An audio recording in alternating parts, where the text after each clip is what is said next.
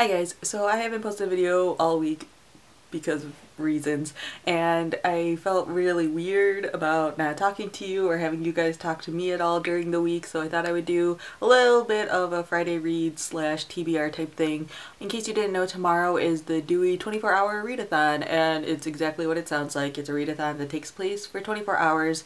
I wasn't originally planning on doing it, but things have just worked out that I think I'm going to have more time than I thought I was going to, so I'm just like impromptu signing up. I have plenty of books that I can read, so I thought I would just share what I'm currently reading and what I could potentially read during the read-a-thon tomorrow. By the way, there will be a link down below in the description in case you guys are interested in checking out the 24-hour read-a-thon. You guys can look it up, see if you're interested. It starts at the exact same time everywhere, so it's not like everyone starts at midnight. It's like we all start at a specific time. So it starts at 7 a.m. for me, and I know for a fact I'm not going to stay up reading or anything like that, but I'll read as much as I can during the hours that I am awake and have some time. So first up, I have been reading Station 11 by Emily St. John Mandel. I love this book. I got it from the library because I wasn't really sure if I was going to like it, but I absolutely adore it, and now I want a copy for myself. This book is just so interesting. It takes place when there's like a massive flu epidemic that sort of kills a significant portion of the population,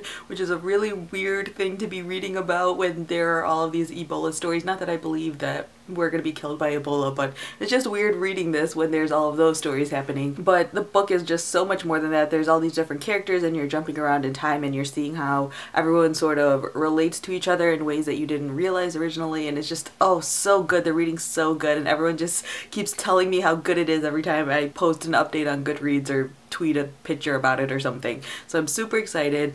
There's a chance I might finish this tonight on Friday, but if not, this will definitely be the first thing I go to in the morning because I want to know what is happening here because I'm so intrigued. The other book I've currently been reading is Horns by Joe Hill. I have this as an ebook as well, so this has mainly been my workbook, aka the book I read during my lunch break and when I have like random downtime during my workday.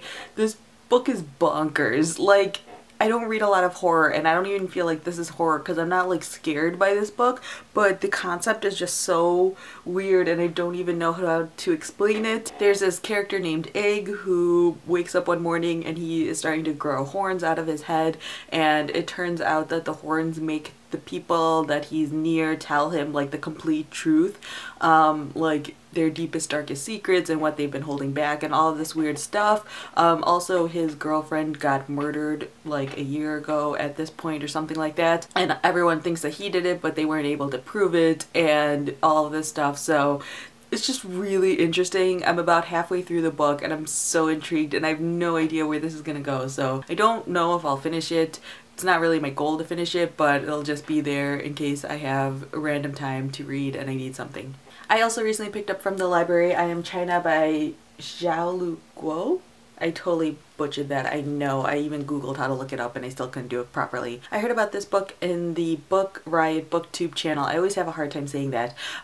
Rebecca mentioned this as one of her in my mailbags or in the mailbag videos, and it just sounds super interesting. It follows this female singer who's in love with this punk rock sort of political activist slash musician. He always puts politics into his music and things like that, and they're writing back and forth, and they're both Chinese. And then there's this publisher in London who finds their letters and journals and becomes really intrigued by them, and then I believe like one of them has to get like political asylum in London, and so there's a chance that they could all meet and things like that. It just sounds really interesting. I don't know if I'm going to get to this. It just depends on how those other books go, and I don't know if a third book is really that realistic. But this is gonna be sort of my, I'm done with Station 11 and I don't feel like reading Horns, but I do want a book. This will be the book I pick up then, most likely, because I only have this on a 14-day loan because it's a relatively new release.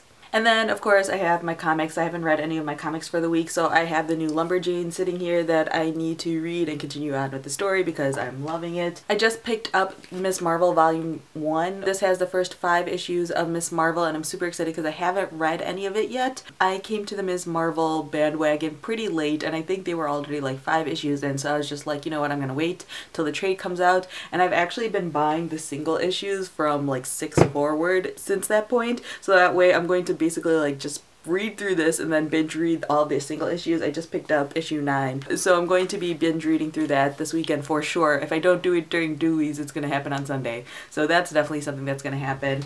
And then I have lots of other graphic novels sitting around that I need to read, so I can always pick those up if I need something that isn't a book. So yeah, there is my very loose TBR / Friday reads. If you're participating in Dewey's, leave a comment down below letting me know you want. Let me know what your Friday reads is for this weekend. So yeah, that's all I have for now. Bye guys.